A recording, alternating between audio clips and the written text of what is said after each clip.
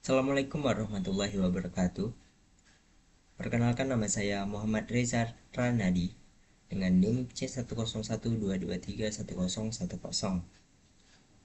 Saya berada di kelas Agroteknologi G, dan pada kesempatan kali ini saya akan mempresentasikan tugas struktur mata kuliah Bioteknologi Pertanian yang dibimbing oleh Pak Nur Arifin dan Pak Wahyu Setiadi. Terkait dari isi presentasi pada kali ini, saya mengutip jurnal dengan judul Pemanfaatan Bioteknologi dalam Pengendalian Hama Terpadu pada Tanaman Pangan. Jurnalnya diterbitkan oleh Literasi Notice volume 2 nomor 1 tahun terbitan 2024, dan penulisnya adalah Regina Siambaton. Pertama, kita masuk ke bagian latar belakang. Seiring pertumbuhan populasi dunia, kebutuhan pangan pun terus meningkat. Namun, produktivitas pertanian menghadapi tantangan yang sangat besar. Salah satunya adalah serangan hama yang merusak hasil panen dan mengancam ketahanan pangan. Selama ini, banyak petani mengandalkan pestisida kimia. Padahal, bahan ini berisiko tinggi terhadap lingkungan dan kesehatan manusia. Oleh karena itu, kita memerlukan pendekatan yang lebih aman dan berkelanjutan. Dan disinilah peran bioteknologi menjadi sangat penting. Next, pengertian bioteknologi dan pengendalian hama terpadu atau biasanya disingkat PHT. Bioteknologi adalah teknologi yang memanfaatkan organisme hidup untuk tujuan tertentu, termasuk pertanian. Contohnya, penggunaan teknik rekayasa genetika untuk menciptakan tanaman yang tahan terhadap hama.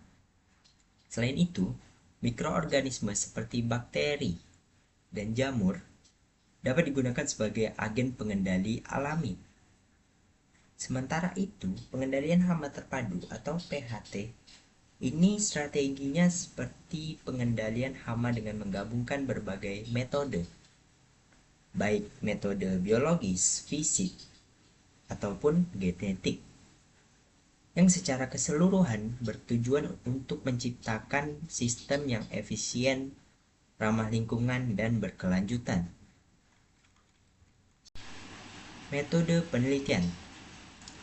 Penelitian dilakukan bersifat eksperimental dengan rancangan acak lengkap.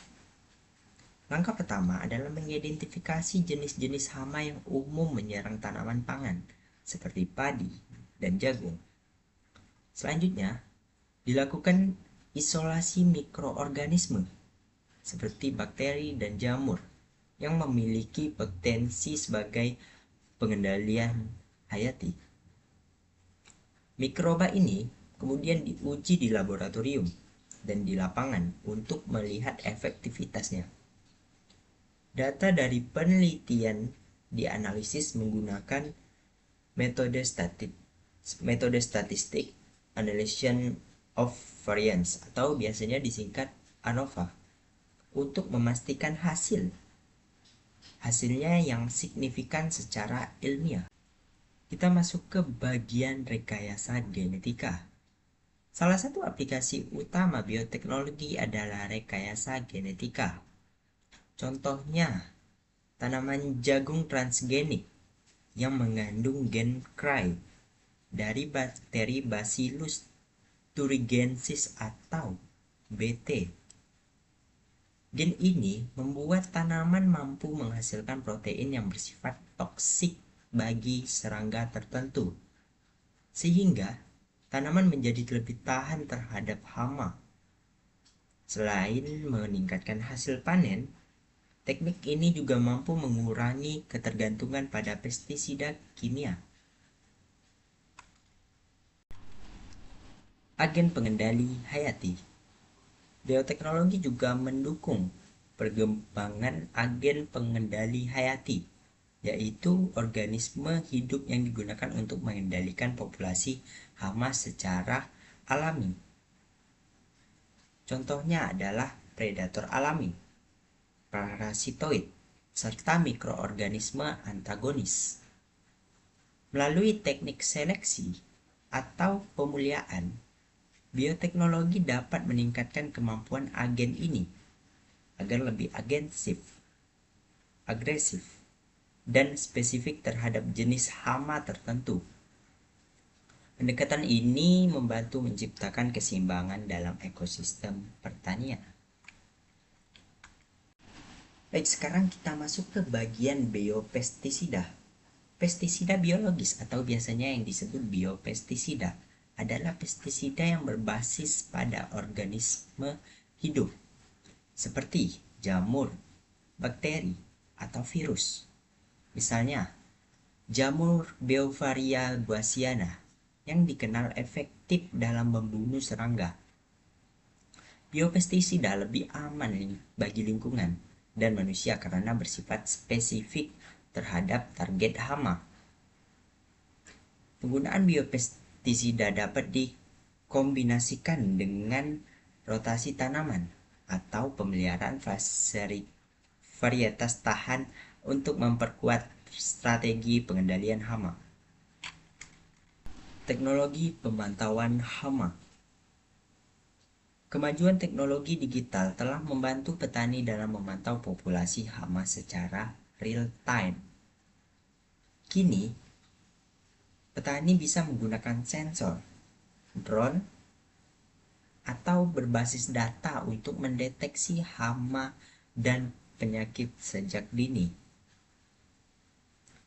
Hal ini memungkinkan pengendalian dilakukan secara lebih tepat dan tepat, serta mengurangi penggunaan input berlebihan seperti pestisida dan pupuk. Pendidikan dan sosialisasi. Namun teknologi canggih saja tidak cukup. Pendidikan dan pelatihan. Bagi petani sangatlah penting agar mereka memahami cara menggunakan bioteknologi dengan benar.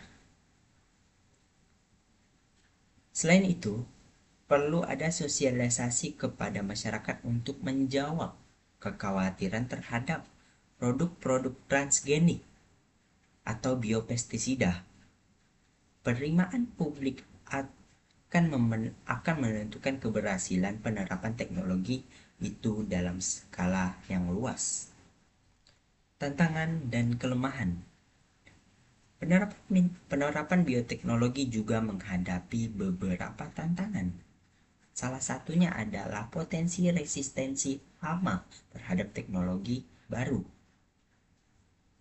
seperti biopestisida atau tanaman transgenik. Selain itu, isu keamanan pangan dan keraguan masyarakat terhadap bioteknologi menjadi penghambat. Oleh karena itu, diperlukan regulasi yang ketat, edukasi berkelanjutan, dan keterlibatan masyarakat dalam pengambilan keputusan. Manfaat global. Di banyak negara yang berkembang, bioteknologi bisa menjadi solusi yang nyata untuk meningkatkan ketahanan pangan. Dengan produksi yang lebih efisien dan ramah lingkungan, petani bisa meningkatkan pendapatan dan mengurangi kerugian karena hama tersebut. Bioteknologi juga mendukung tujuan penggunaan berkelanjutan, khususnya dalam upaya menghapus kelaparan dan kemiskinan. Baik, kita masuk ke bagian terakhir, yaitu bagian kesimpulan. Secara keseluruhan, bioteknologi menawarkan pendekatan yang modern, efisien, dan ramah lingkungan dalam mengatasi permasalahan hama pada tanaman pangan. Penggabungan antara rekayasa genetika, agen hayati, dan teknologi pemantauan menjadikan sistem pertanian lebih tangguh terhadap perubahan iklim dan gangguan hama.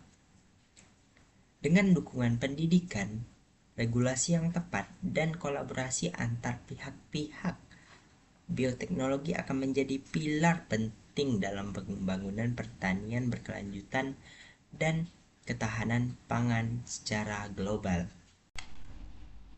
Terima kasih atas perhatian dan waktunya. Wassalamualaikum warahmatullahi wabarakatuh.